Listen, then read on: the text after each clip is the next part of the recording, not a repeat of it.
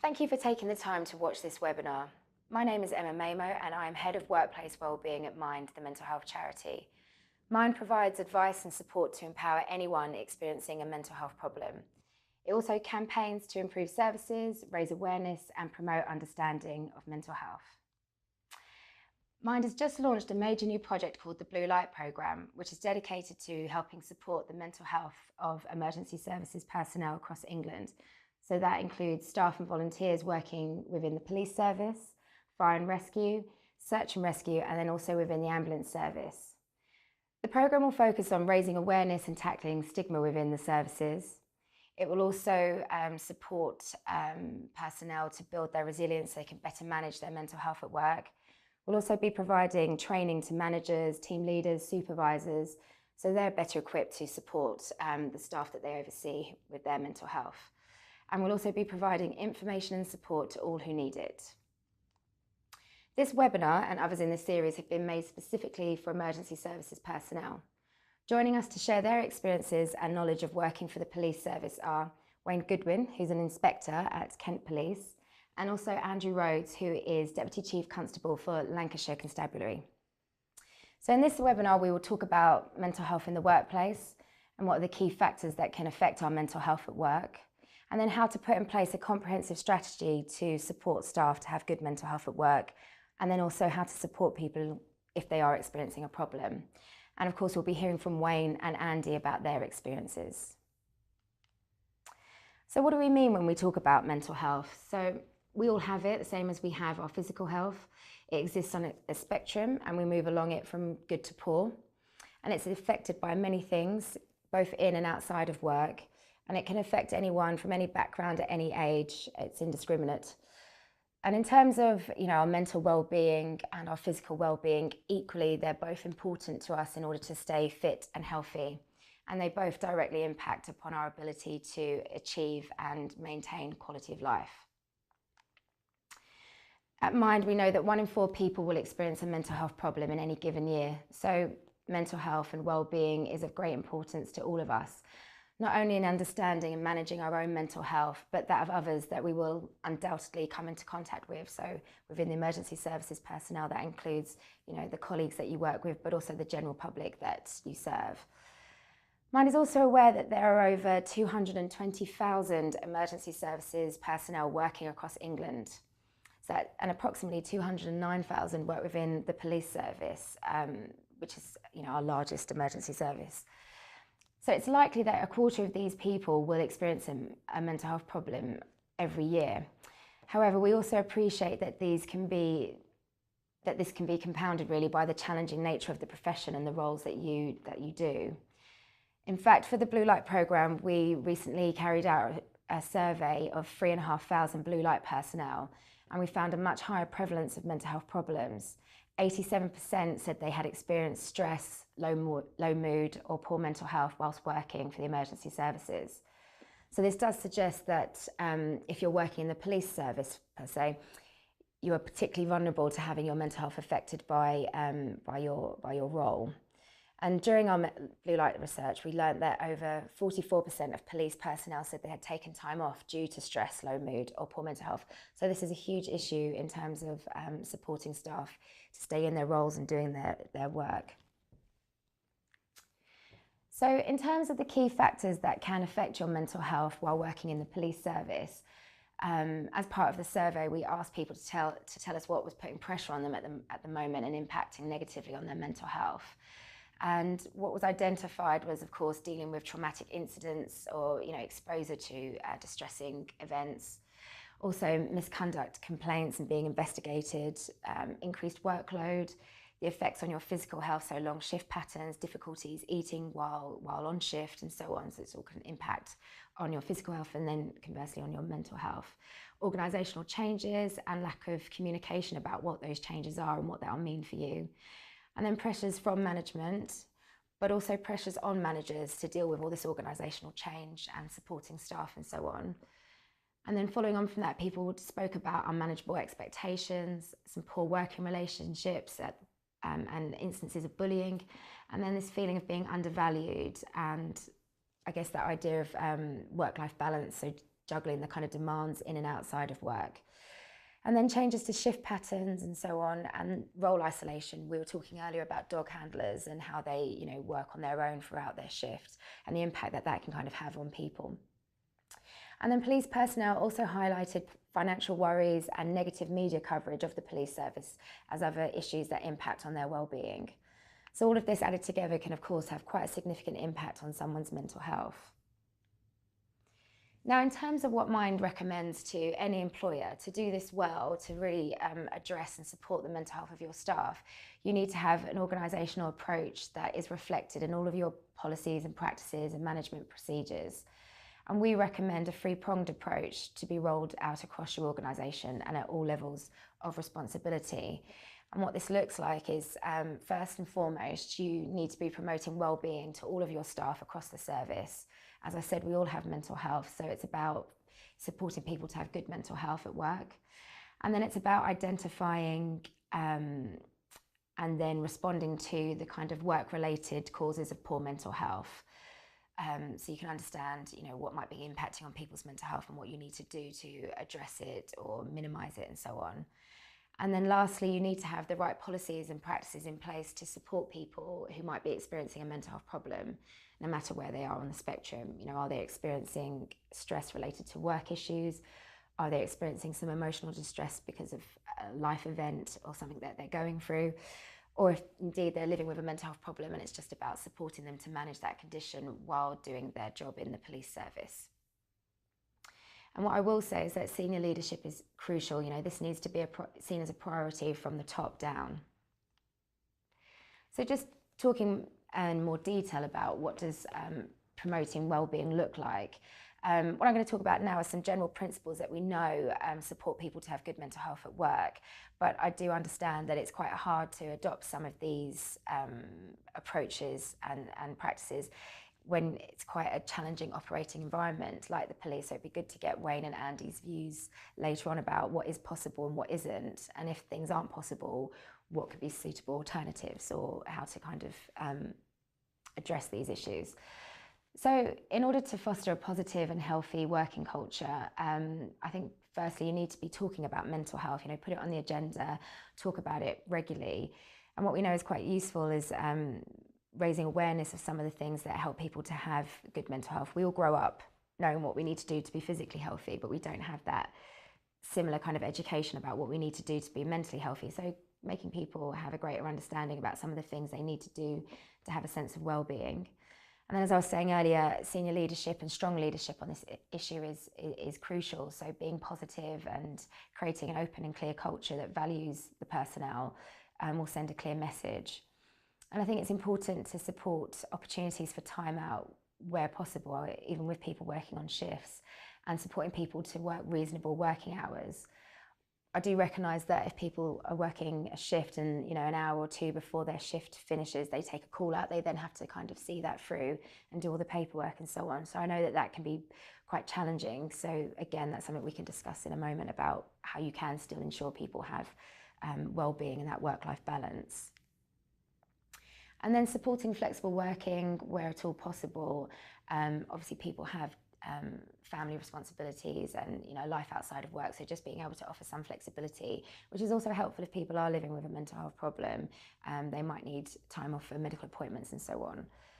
And then the next couple of points are around that idea of employee engagement and people feeling like they have a sense of control at work. So promoting open dialogue and involving personnel and decision making as appropriate, and ensuring good, clear communication and developing trust. I think that communicating effectively with all colleagues is a highly valuable skill and plays a huge part in creating a mentally healthy working environment.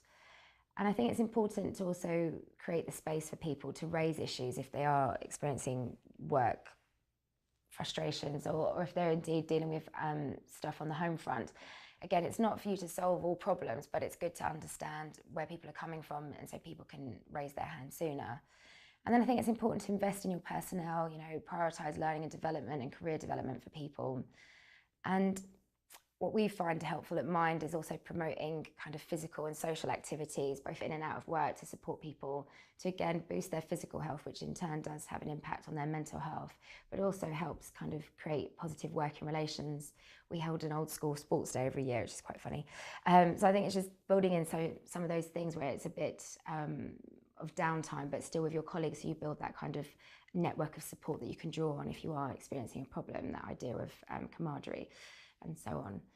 And then I think linked to this is around encouraging effective peer support. So this idea of debriefs, where people, if they've had a challenging incident or a tough shift, where they can talk to colleagues and kind of process what happened, you know, the course of action they took, and, you know, if there's any learning to take from that.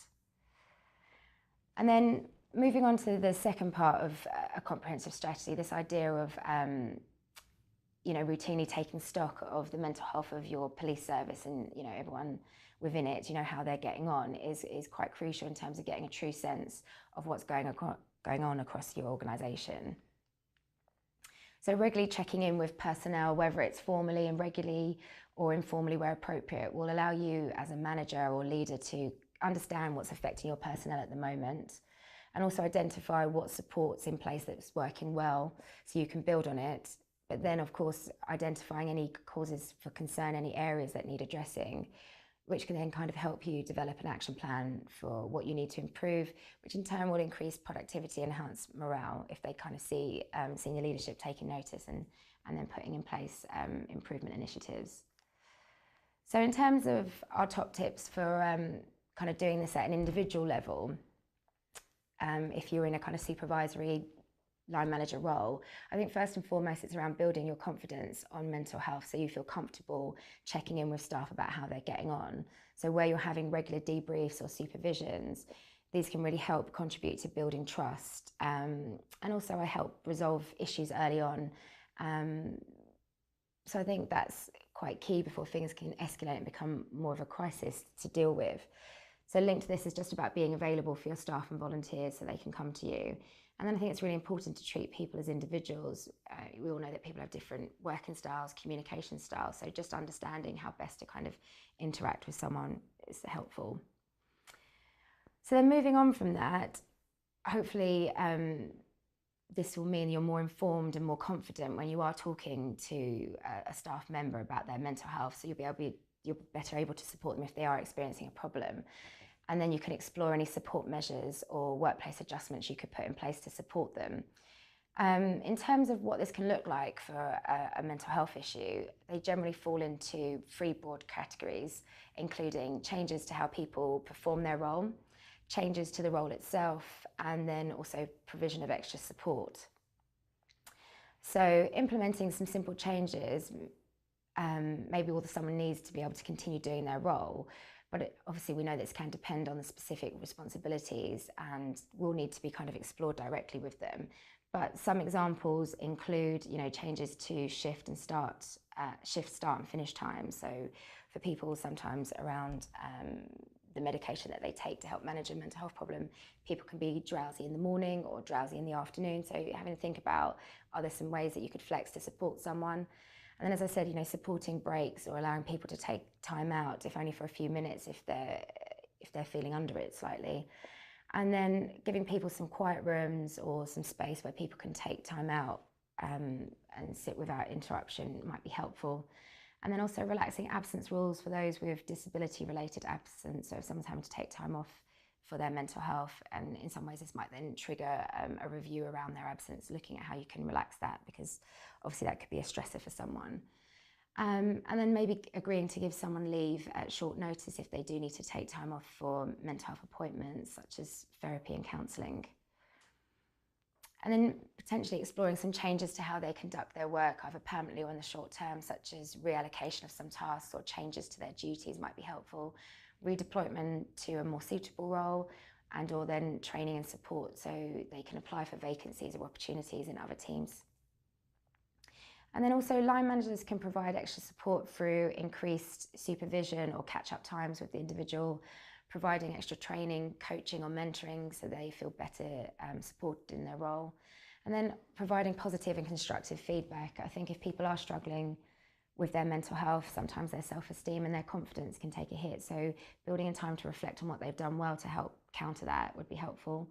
And as we were talking about earlier, ensuring debriefing sessions take place after difficult incidences can be useful. And then I think routinely reminding personnel of what wellbeing support is available both in and out of work is really useful, so people can have the knowledge when they need it. And then something we introduced at Mind that might be useful is a buddying system. So having identified buddies or support groups or networks, or potentially a safe space in the workplace where people can take time out, kind of access support from a trusted colleague and so on, or just have some time to do some self-management can be helpful. And I think what's important to note is, whatever support measures you put in place, have a time to review them so that you can see how they're working and whether or not you need to tweak something. And ultimately, both providing and taking the time and space to address any mental health concerns or worries early on will go a long way to ensuring a more positive outcome. So then, talking about the support you can offer, I guess the key thing is, how do you know if someone needs support? And I think observing the people in your team, you may notice changes in them. However, it's important to remember that everyone's experience of a mental health problem can be different, and also there may be no outward sign. That's why it's really important to kind of create the right kind of culture so people feel comfortable to raise their hand and so on. However, if you ever do feel any concern about someone's mental health, some potential triggers or indicators could be changes in their behaviour or mood and how they interact with colleagues, changes in their appearance or whether they're looking tired or anxious, if they're experiencing a loss of motivation or a lack of concentration, or if you notice them kind of withdrawing from just kind of social chit-chat or just withdrawing from colleagues, or if you notice any changes in their eating patterns or drinking or increased smoking and so on. Again, that might be an indicator that they're struggling. Also, if you become aware of any life events or changes in their circumstances, so a breakdown in a relationship or a bereavement. And I guess what's interesting to know about the police service is that, officers are out and about a lot, so it actually might be colleagues who become aware or might notice a change rather than their kind of supervisor. So I guess it's important to create the kind of culture where people feel comfortable saying to someone, I'm a bit concerned about a colleague. And then it's about how you respond to that, because obviously you don't want to create this view that people are being monitored and reported on. It's about, being able to offer support as and when it's appropriate. In terms of broaching a conversation around mental health, I think, it's preferable to do this as early on as possible. Don't leave issues to escalate, and just kind of find the time and space to ask colleagues how they're doing. If you're already doing this regularly, asking, checking in with people, it shouldn't feel too alarming to the person. It becomes normal and part of the organisation's culture. So it may be helpful to ask these kind of questions during regular supervisions or debriefs. And then once you've begun the conversation, perhaps try some of the following, trying to identify some positive steps to address any key issues that have been raised, being realistic and acknowledge the issues that are going on. Sometimes actually that's enough, because people just want to voice what's happening for them and then seek support in that way. But then if it is about, trying to make some changes, suggesting some small steps, making them achievable and natural, and then considering some simple but realistic adjustments to someone's role, or perhaps, as I said, offering some extra support. And I think some important things to remember, be positive, focus on what the person can do rather than what they can't, and try and involve them in finding solutions as much as possible. If someone is experiencing a mental health problem, then they can often feel a loss of control, so trying to involve them as much as possible, and they will also be the most kind of expert in what they need. So I think that's important. And I think it is quite challenging for line managers and supervisors and team leaders, this idea of asking someone if they're okay and then having the confidence when they say, no, I'm not, and talk it through with them. And I will say, you're not meant to be a health professional. I think it's just about saying, well, based on what we know now and the information we have, let's try this out. And in a couple of days or a week, let's review how it's working. And that's all you can do in some situations. So I think it's just feeling comfortable with that, which, hopefully will come with the kind of training your organisation offers, but then also just experience of supporting people. a useful tool that might be possible to roll out across police services, and I wouldn't mind getting Wayne and Andy's view on this in a moment, is a wellness action plan. So this helps people to identify what can support them to have good mental health at work, but then also how to manage if they are experiencing poor mental health.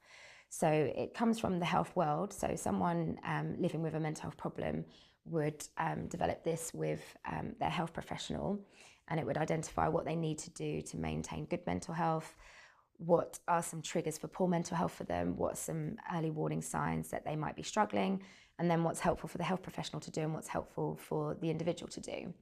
So in a workplace context, Mind has kind of trimmed this down because it's quite a comprehensive toolkit that people develop with their health professional, but we've just kind of used those basics to develop a tool that people can use in the workplace, which they develop with their manager. So it's just about kind of identifying, what does this look like for me? What can help me? What's not helpful? And what steps do I need to take? And what steps does my manager need to take?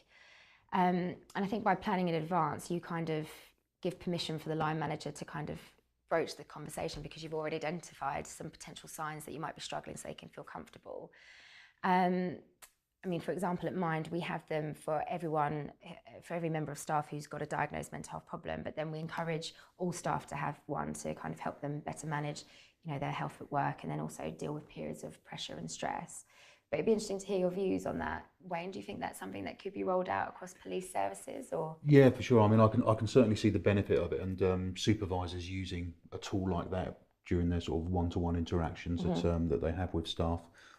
We have used a similar document within Kent Police through through the disability support group, again, which breaks down into what the individual can do to help themselves, but also what the supervisor can do to assist them to help themselves. I mean, we always give it with the caveat that just because an individual has put something in this is what my supervisor can do to help me, doesn't exactly mean it's gonna happen. But it does give a basis for a conversation to take place to keep the person sort of well and happy and productive within the workplace. And is that for people living with a mental health problem already, or is it rolled out for other people? No, I mean, ultimately we've used them for people that have. We have two versions of the document. We have one for those that are in the workplace, but we also have a version which is for someone that might be off on long-term sick, and that doesn't need to be for a mental health issue. No. Either it could be that they're returning to work after a diagnosis of cancer and treatment, or a broken leg, or whatever it might be. But again, it's just so the organisation understands what we can do to support that individual to bring them back into the workplace. And just sort of picking up on your points around reasonable adjustments as well under the Equality Act, if I was to ask a group of supervisors what is a reasonable adjustment, then straight away I know that they're going to start talking about hearing aid loops, disabled access and the like. But the point I always try and get across is it can be much simpler than that and doesn't actually need to cost a thing.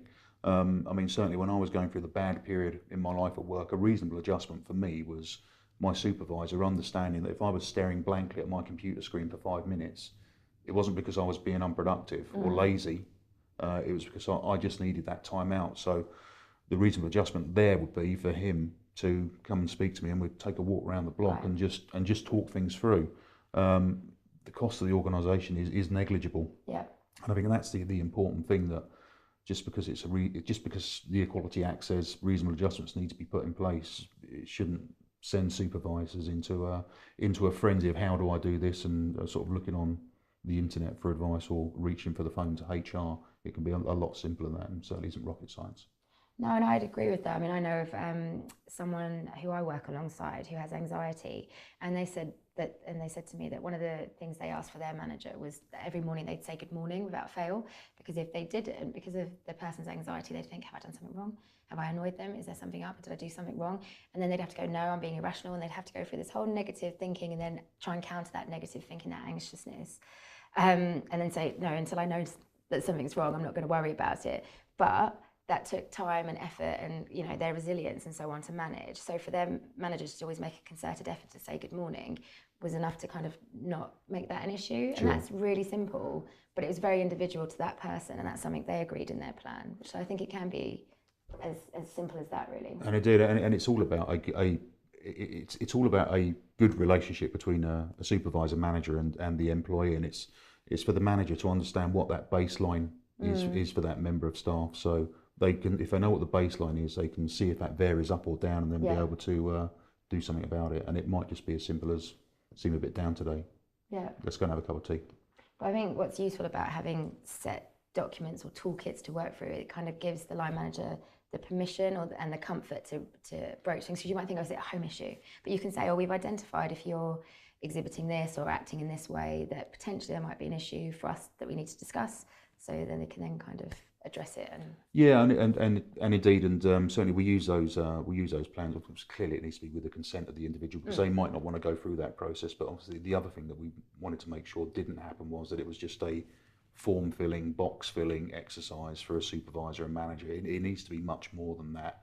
And yes, it's a process to go through, but it needs to be done on a voluntary basis on sort of both sides for it to be effective. Because if it's seen as, I'm only doing this because I have to, then we might as well not do it at all. Well, it's the same with anything. If it seems tokenistic, you don't want to engage with it, and it can be more harmful than actually even going through the process than not. And I would agree with you. They need to be kind of living documents, because, as I was saying, our mental health fluctuates, and also, we change within our roles, we take on extra responsibilities and so on. So you should kind of review them regularly and say, is this stuff still working? Has anything changed? But that's really interesting to get your views and about how possible it is to introduce that in a police service. Andy, what do you think? Do you think wellness action plans or similar plans could be something that you could introduce within your service? Yeah, definitely. I mean, I think the thing with the wellness action plan is the key thing that it's affecting there is the awareness of the person. It's a very personal issue, this, as we know. To what underlying problems they may have, what underlying issues they might have, but it's quite a positive way of them putting that down into a plan and starting to build awareness of those things. And I think that is one of the key aspects of the work that we're trying to develop around resilience, is awareness. Your own awareness of those things happening to you is a real priority. No, that's really good, because it is about the person understanding more about what they need to do to be mentally healthy at work, and then an understanding of what might be a trigger for them to experience poor mental health, but then giving that awareness to their line manager or team leader or supervisor, so they can kind of have a pre-agreed kind of package of support if they are starting to struggle. So you think that's something that could be possible? Yeah, definitely, because one of the things with the wellness action plan, even the name, the fact that people are talking about them, it's a positive thing.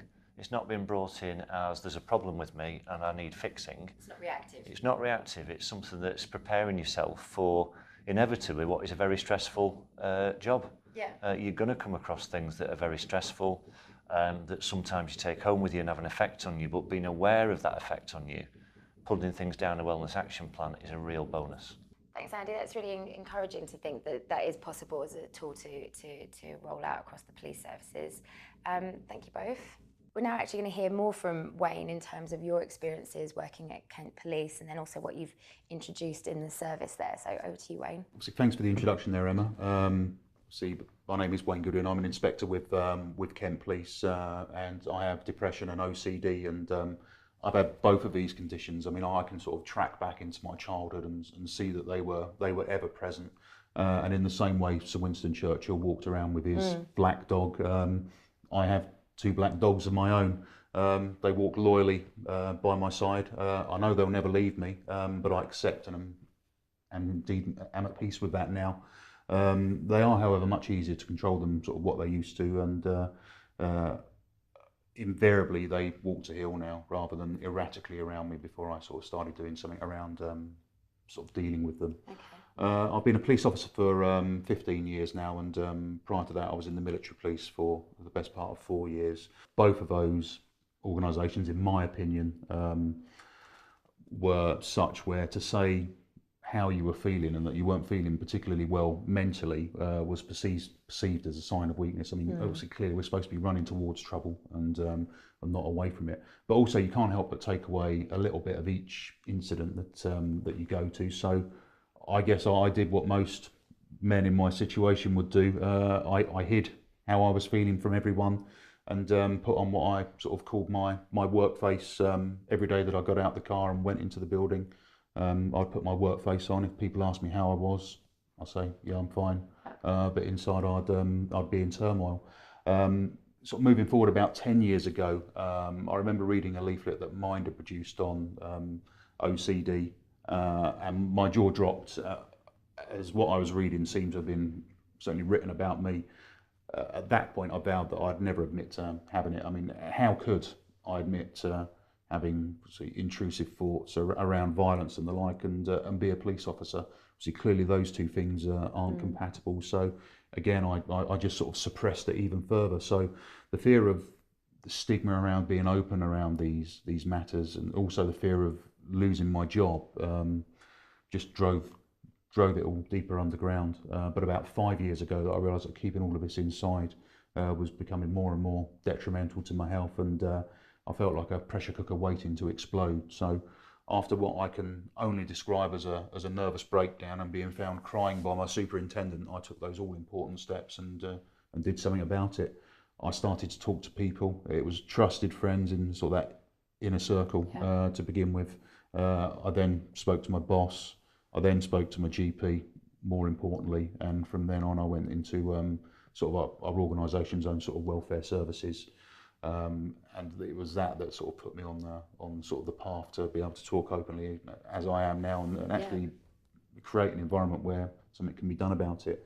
Now, Kent Police is a disability support group which provides a support network for staff who may be affected by disability or poor health, and it aims to raise awareness and normalise issues surrounding disability.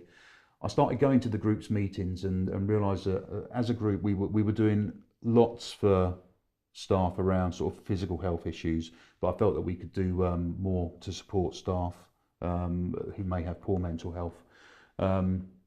So we put together a series of workshops to assist supervisors and managers in supporting their staff. And so amongst these sort of objectives that we had for these workshops were to identify any early warning signs, give them the confidence to deal with issues under the Equality Act, and a reasonable adjustment didn't need to cost thousands or be over technical, that it could be something incredibly simple, but also to give them the tools to start those all important conversations and not to be afraid of the answer when you ask someone how they are. But also to create an environment where talking about mental ill health could occur in the same way that we could talk about, you've broken your arm, how are you getting on with your treatment. We just wanted to sort of try and create an environment and just normalise the situation. And how was it when you first started? Yeah, it was. I must say, standing up in front of a group of my peers and saying, "This is me. This is my story," was an incredibly difficult thing to do, and indeed I do still find it an incredibly difficult thing to do. But it was also very, very cathartic.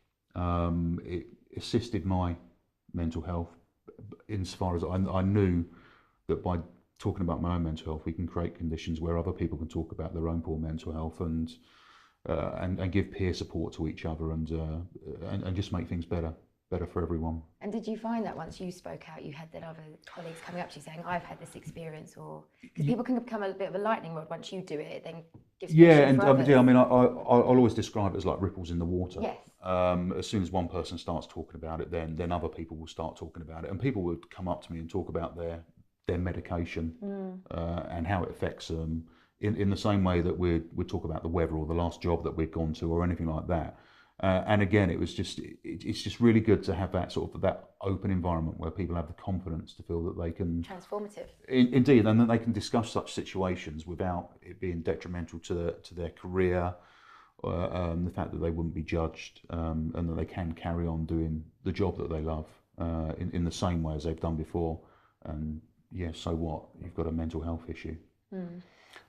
So once we'd done that first series of workshops, I did an internet search on the subject and realised that the Time to Change campaign were trying to do what I had done about sort of reducing the stigma, but was clearly on a much larger scale. They had their Anti-Stigma Pledge, so with Time to Change's support in 2013, Kent Police and Kent Fire and Rescue Service signed the pledge, another series of workshops that we'd put together. And again, this has just gone on to help create that environment where it's okay to talk about the subject, and indeed, it's a subject that it could be considered to be one of the last sort of workplace taboos. I mean, clearly we can't change the culture of an organisation overnight, but I have seen the tide start to turn within Kent Police, and as I've mentioned before, there is a willingness to discuss mental health at all really levels of positive. the organisation now. So the work continues, and the organisation has now set up divisional health and wellbeing forums that seek to support and value staff and improve their mental health and well-being. One of the strands of work from these forums was to set up a peer support network and place a champion within each police station. We really think that the ability to put a member of staff in touch with someone who has lived experience through a peer support network can help reduce their anxieties, as they can see that they're not alone, but they can also see if someone has come through that there is light at the end of the tunnel. Yeah. And things might seem dark now, but you can stay at work, you can be productive, and you can continue to do the job that you're doing. See, clearly the peer support network doesn't replace professional medical advice, but seeks to enhance the support But of it's their health experts and by wellbeing. experience, isn't it? Indeed it is, yeah. And the network receive training, so they will always signpost towards health service and welfare services anyway. So it's there to as an addition to It's a helping welfare hand to services, support yeah. someone to kind of access. The champion role is a volunteer that has been trained and can act as a confidant. As I mentioned, they do not replace line management, but offer an alternative contact and can signpost to the most appropriate support service, either internally or externally. One of your sort of objectives under the Blue Light programme is to reduce stigma attached to mental ill health. I can say personally I've experienced none from my employer. I'm happy to discuss it. I mentioned it on a promotion application and then at the subsequent interview. It hasn't stopped my career progression, and nor should it. No. And ultimately, the thing I was scared about the most, which was being judged, never actually materialised. Before I set out on this journey several years ago, I used to think sort of being strong meant keeping quiet and not letting any chinks in my armour sort of be exposed. With regards to how I was feeling, but now I can expose those sort of gaps in my armour without fear, as I know that mental health problems don't stop me doing the same job in the same way that I've always done it. So clearly some days I have to be stronger than others, but I refuse to be sort of beaten or defined by the condition. And I must say as well, my final thoughts on the subject, I really wish I'd done something about this many years before, because things might not have come to a head.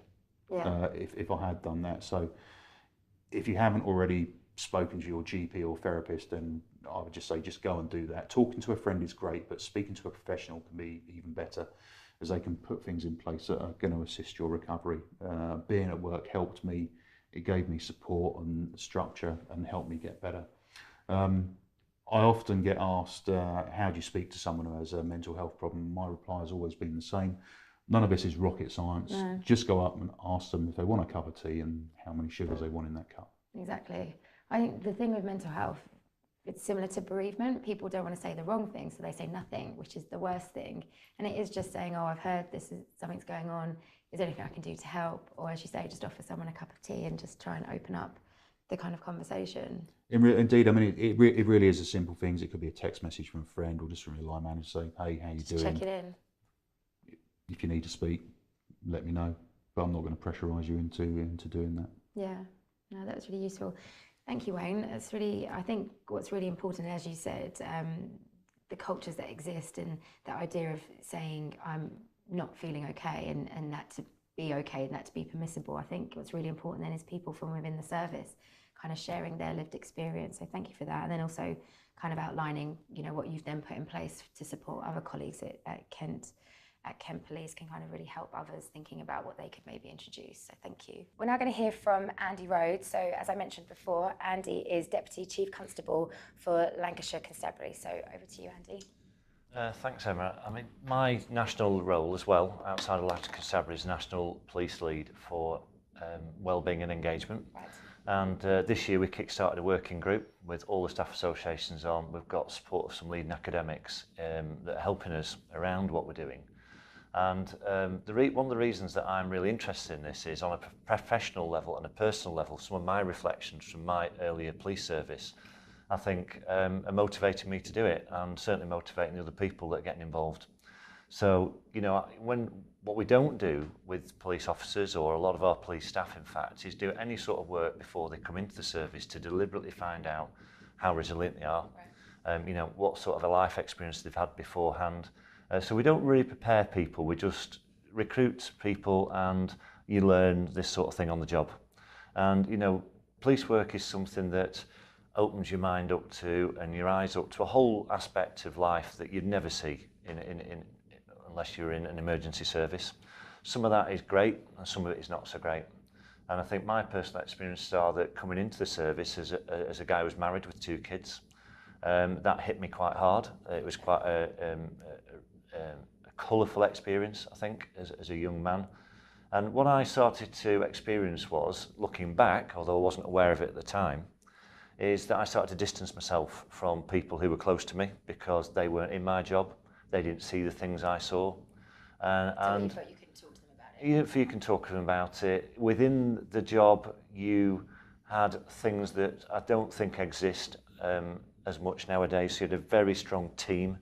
A lot of officers now come on staggered shifts. They're not as part of a tight team as much. We used to have a police bar where everyone used to go after work.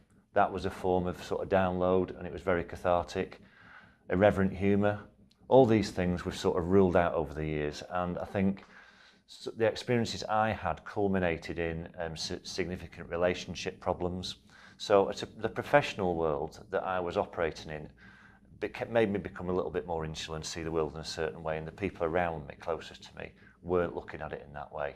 And, you know, I don't blame them for that. You know, it was my job, my chosen career. I think the physical impact of the psychological effect of this and some of the things that I saw was quite significant. So one of the issues that happened when I was a detective inspector, we were going to a particularly nasty murder where there was 4 post-mortems to do all at the same time.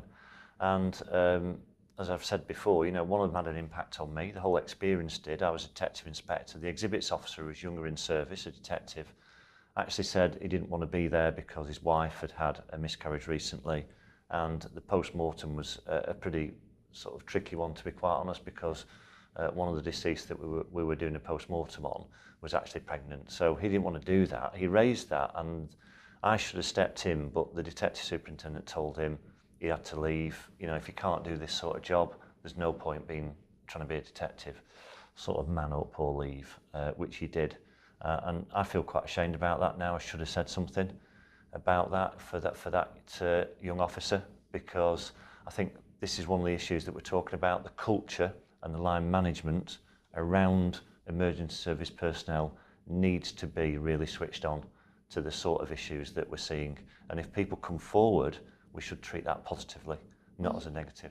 No, I mean, and do you just feel that because at that present time, for maybe a couple of weeks or a month, he was just struggling with cases like that? It wasn't something that was going to continue. It was just because his resilience had been impacted by that personal experience. Yeah. If he'd have said to the detective superintendent, "Oh, I fractured my wrist playing squash last week, I can't write," and he said, "Oh, okay, get somebody else in." Yeah. But you know, their physical injury, mental health issues. You know, he's obviously feeling very stressed about that, and it's actually, very triggering. Yeah, that's right, and it was triggering something. And you know, in my own reflection of that was obviously I'm caught up in the technical nature as well of what we're doing. You can forget that there's this emotional experience going on for people around you as well. So I think for line managers, that's really important for all of us. To not forget that you know, chaos, crisis is emotional. It's emotional chaos as well, and there's a lot of stuff going on that people carry with them. And one of the positive things line managers can do is just be available to talk to people, or be a little bit more supportive and empathetic than that experience. You know, I certainly felt that when I went home that night, I had a lot going on in my head. My wife at the time was talking about her day. I started to really distance myself from her life because I felt it was trivial. I didn't tell her what I'd done that day, because why would you? You're not going to go home and tell your wife really what you've just done. Stood in a mortuary all day. So I think that's when the work-related stress, mental health issues start to overlap into the personal life and vice versa. And certainly the work that we're doing on the National Working Group is looking at that very issue, at the person as a 24/7 human being. It's not as if you can switch things off. No, you can't compartmentalise this stuff. And, you know, a lot of people in emergency services tend to migrate towards each other, you know, because they feel that they understand each other's world. You were talking about that earlier. Yeah, it's very common. You know, police officers marry nurses, nurses marry firemen and what have you, you know, and police officers marry each other. You know, and rates of divorce in emergency services are very, very high. Relationship issues, breakdown, very, very high. When that happened to me, that's another experience again in the police service where something in your personal life is having an impact on you. You're under a lot of stress, as you've just said. We don't seem to be able to think that people are just going to be able to move through this. And people do distance themselves from people who are suffering those sort of things in the workplace. And I certainly suffered from severe sleep deprivation. And that translated into, so my mental health issue translated into a physical health manifestation. And, you know, it resulted in a really bad sleep deprivation where eventually when I was being examined, I passed out on the surgeon's carpet, headbutted his phone on the way down. I thought when I was on the floor, this is a wake-up call, because hitherto I hadn't been aware of this happening. I just thought, obviously I'm not sleeping well because I've got a lot on. People at work will have been diving out of corridors to avoid me because, you know, this isn't uncommon, and I don't think people want to broach the subject. So I think, you know, the work that we're doing is focusing in 3 areas: the culture, and it being a supportive, open culture without any stigma. Leadership, so line managers being open and empathetic in terms of talking to the staff about what's going on, not dealing with the situation, but signposting them towards services or suggesting, you know, what about a wellness plan? And then the other one is actually personal resilience. So the service is really in need, I think, of understanding pre-join and throughout a career path of somebody who works in emergency services, what is the resilience support we can give to those people? I know that's a lot of the work that you've been doing as well on the Blue Light programme. And my take on that is that self-awareness is one of the most beneficial things that we can bring out in people, because just to spot the signs in yourself means you can spot them in somebody else as well. Absolutely. Yeah, so if I'm aware of what's happening with me, I'm more likely to be aware of what's happening with people I work with. And that is all part and parcel of the culture we're trying to create. No, that's really useful. Is there anything else you wanted to add on any of what you're doing? No, I just think that there is a massive movement in the police service. It does feel that way, doesn't it? You know, there is definitely something happening, probably because we're going through, you know, a tough time in terms of cuts. I think it's focused in people's minds. Certainly, we've got a really, really strong network of people around the country, experts in the field of occupational health, experts from academia, all want to help the police. I think that's a positive, because they see the type of work that we do as really valuable. And there's nothing better, I don't think, for a lot of people than actually doing something purposeful, like making sure that the great people that work in policing actually can thrive and flourish in the work that they do. And that's I think we've got a big opportunity. No, I think that's really positive and encouraging. I think that when we talk to employers just in general and they're going through tough times or they're having to do cutbacks, they can feel like, oh, starting a conversation about mental health, I can't do that at the moment because we're actually impacting on people's mental health. But these are the times when actually you have to just have a mature conversation about it, say this is where we're in, this is the situation we're in and what can we do. So that's really encouraging that you feel that this is a point when the police is kind of meeting this issue head on. And I think probably because that level of change that's going on is flushing a lot of things out that hitherto we haven't spoken that much about. I think younger officers and staff that join now are more willing to talk than my generation. Yeah, and I think they have expectations as well that the workplace will support them. If you're going to ask me to do this type of work, what support am I getting to make me do it really well? And our take on it, and it's born out of a lot of case studies that we've got, is that there is a drip, drip, drip effect here of our staff. And something like a change programme that's done insensitively, so moving my office or my locker, you know, I can cope with all this stuff I see every day, but if that starts to happen, it can just tip people over. And I think that's creating quite a lot of stress, and it's avoidable. Yes, it is, yeah.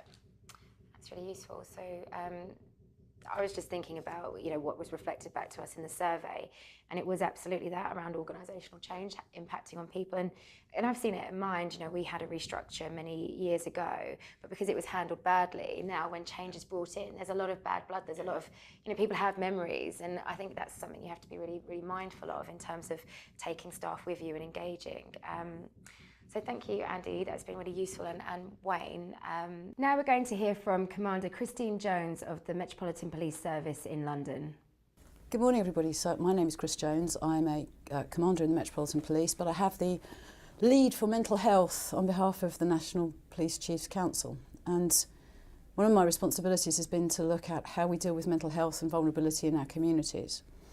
But the other responsibility for me is very much to talk to you about our own mental health and how important that is to police officers and to the public, that we understand not only what the impacts of trauma are for them, but also for ourselves.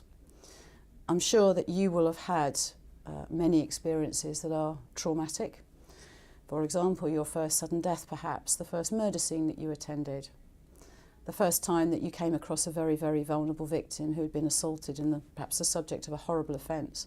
All those things do have an impact, and it's natural and it's normal that you should have some response to that, be that one that you can cope with on a daily basis, or perhaps one that causes you some concern and perhaps means that you don't sleep well at night. And I think far too often we assume that our response is not normal because other people won't be responding in the same way. I think it's really important to remember that whatever your response is to any kind of trauma situation, it is your response and therefore it is normal. But if it worries you and it causes you difficulty, it causes you difficulty with your relationships, sleeping, perhaps your performance at work, relationship with colleagues, then you really need to think about who else you need to turn to for some support about that. And understand that that's normal. There is nothing abnormal about having a mental health issue. It is part of being a human being. I often wonder, if I walked into work and was limping, how many people would ask me what I'd done to my leg? But if I walked into work and I was crying, most people would probably find that really difficult to deal with. And I think that's just because of our attitude towards mental health. For far too long it's been a bit of a hidden problem.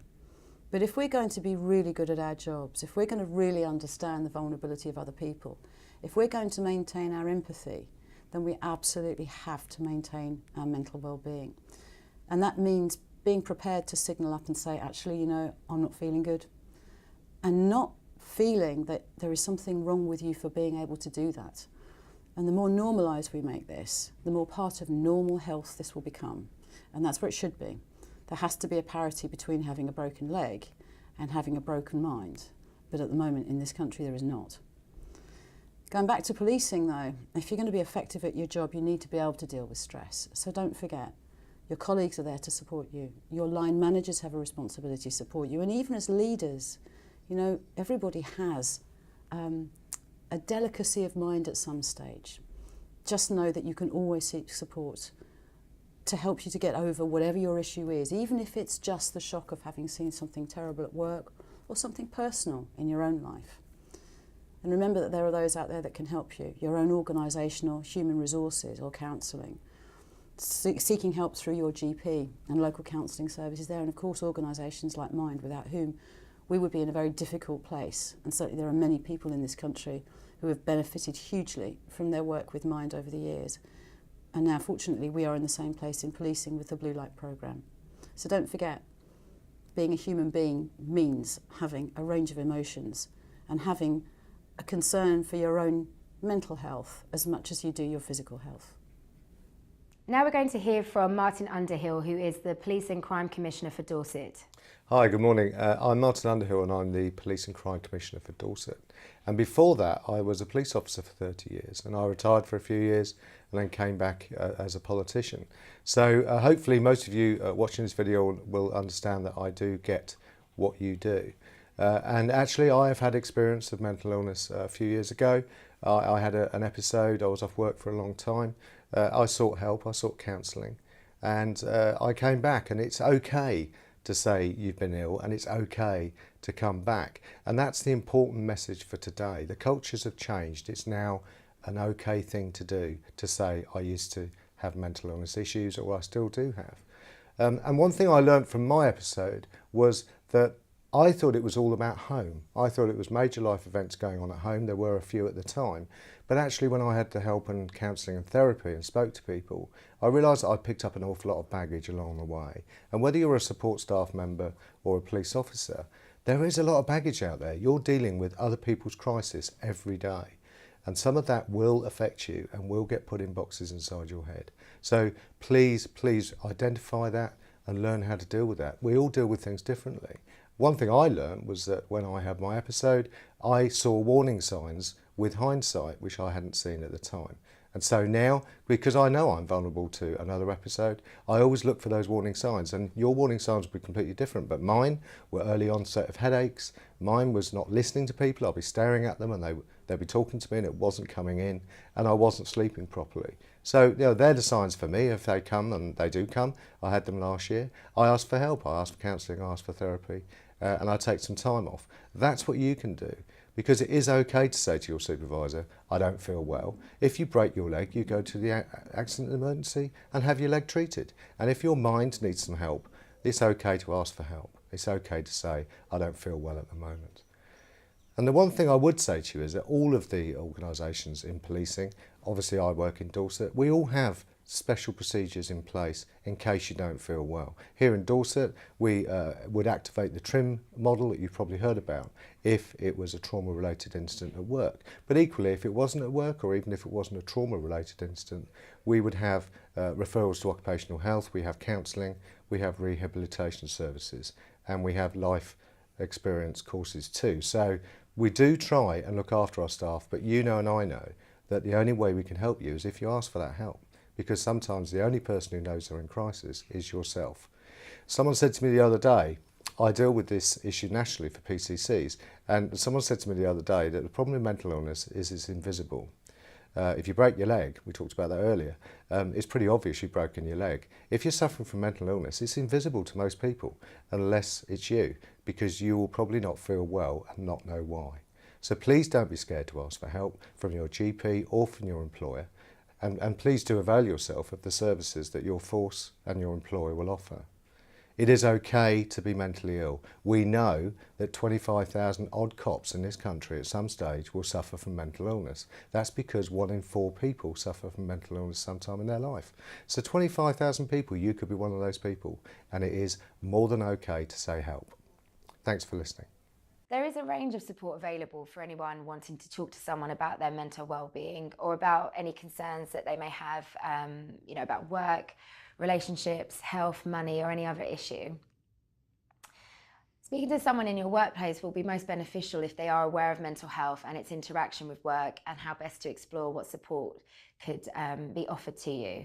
So a large part of what the Blue Light programme is trying to achieve is ensuring that Blue Light services promote a more positive approach to mental health and a more open culture of acceptance and support to ensure you and your colleagues can get the right support at the right time. Outside of work, there are many sources of support available which personnel may find helpful, such as speaking to your GP, which Wayne, of course, found very helpful in supporting him. And then also Mind's Blue Light info line. So this is a telephone helpline which you can call, friends and family can call as well, to find out about what support is available in your local area. Details of the info line and other sources of support and information will be given at the end of this webinar, so please look out for that. So we hope that you have found viewing this webinar helpful. We have produced additional webinars in this series, one called Looking After Your Mental Health, which delves a bit deeper into how you can manage your mental health while working in the police service and shares top tips from other personnel about what they do. And then another one which focuses on just general mental health awareness, so talking about some of the more common conditions and the treatment and support available for people living with those conditions. And then also talks a bit about how you can support someone in distress, so be that a colleague or a member of the general public, so very useful to watch.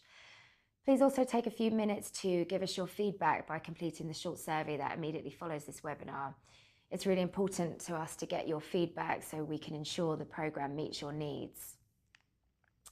So Mind has also created resources specifically for the Blue Light services and their personnel that cover these topics in greater detail.